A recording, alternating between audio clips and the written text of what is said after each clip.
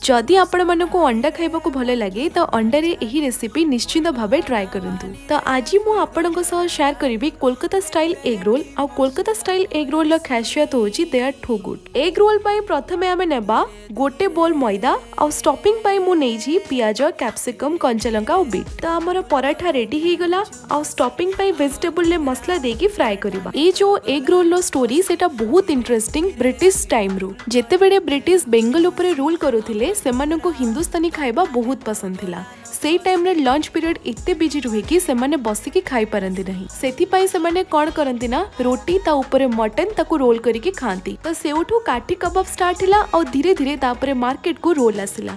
आपण माने वीडियो देखुचंदी हेले चैनल को सब्सक्राइब करूनांती तो प्लीज सब्सक्राइब माय चैनल। अब स्टोरी टा केमते लागला मते कमेंट सेक्शन में जणीबे। फाइनली हमरा रोल बनी गला। एमते इंटरेस्टिंग रेसिपी और स्टोरी जानिया पे आमसा कनेक्टेड हे कि रुहंतु। जय जगन्नाथ।